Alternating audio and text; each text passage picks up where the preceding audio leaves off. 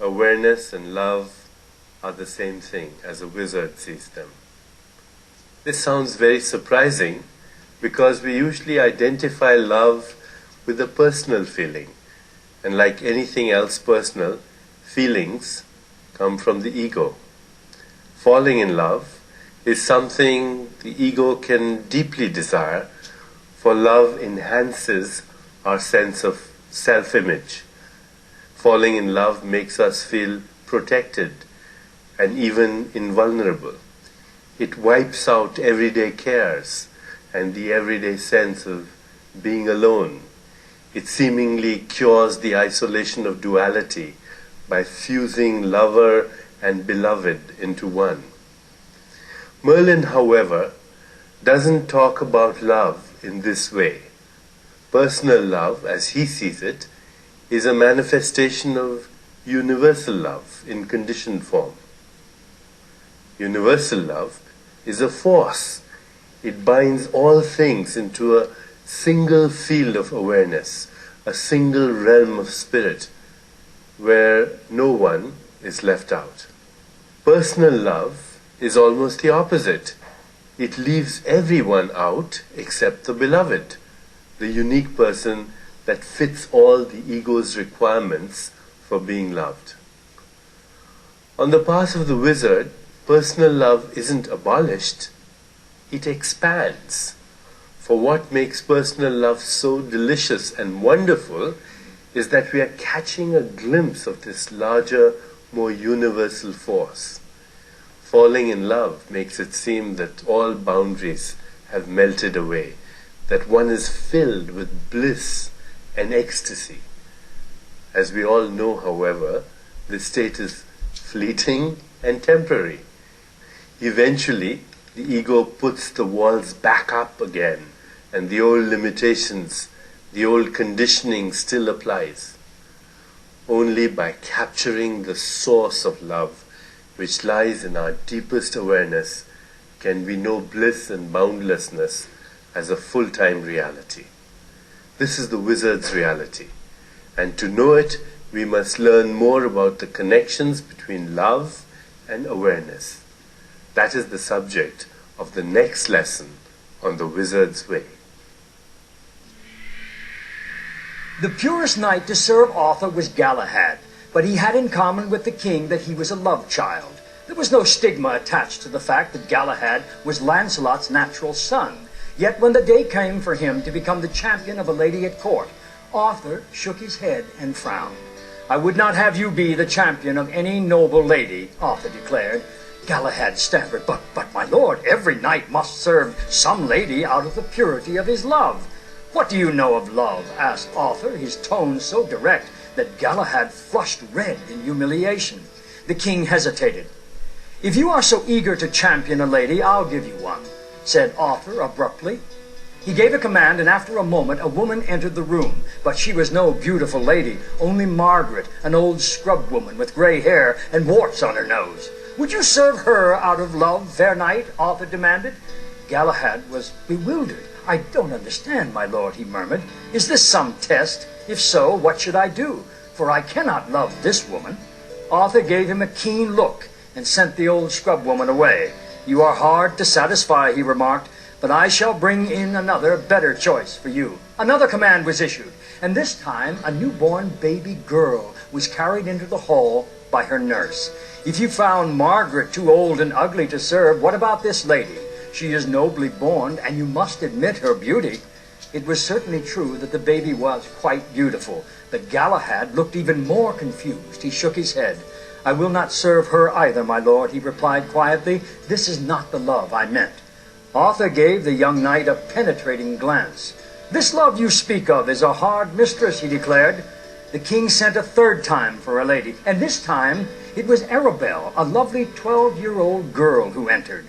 Galahad tried to control his anger. "My lord, she is just a girl, and my half-sister as well," he said. "You asked for a lady to serve," Arthur said, "and I have been generous enough to present you with 3 from which to make your choice. That is my final word." Galahad looked stunned. "Why do you mock me this way?" he asked.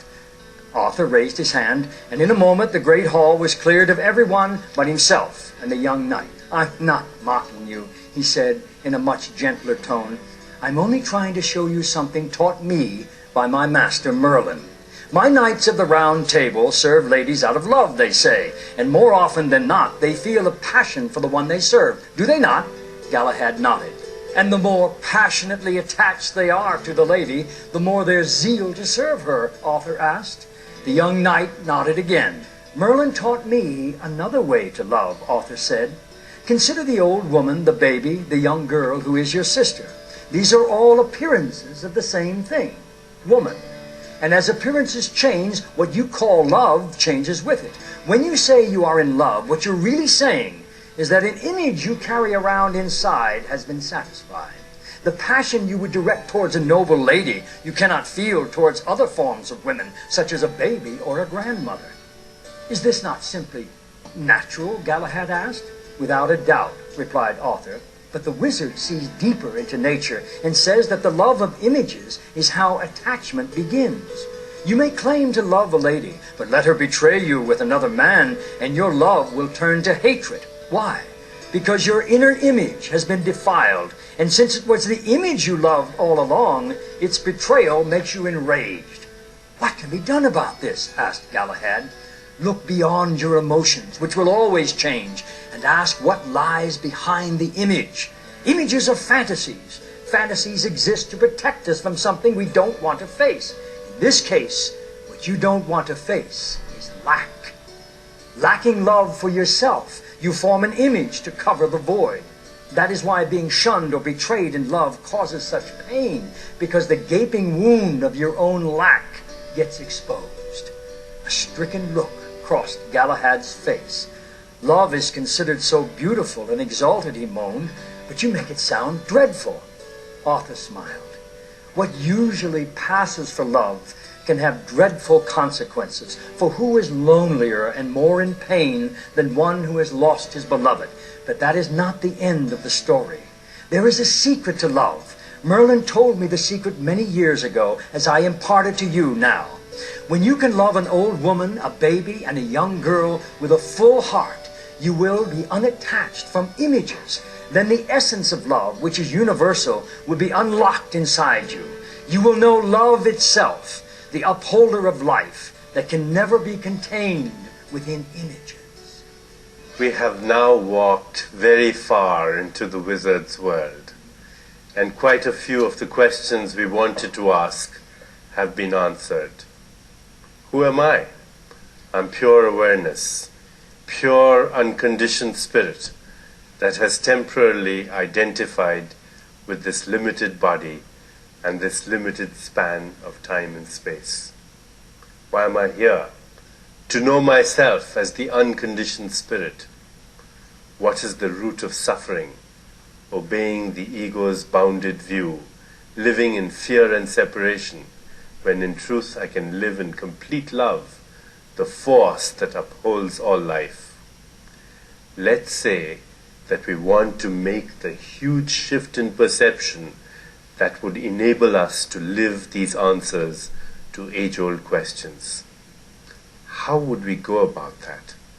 To glimpse the way of the wizard, even to take the first few steps, is not the same as creating a wholesale shift out of duality and illusion.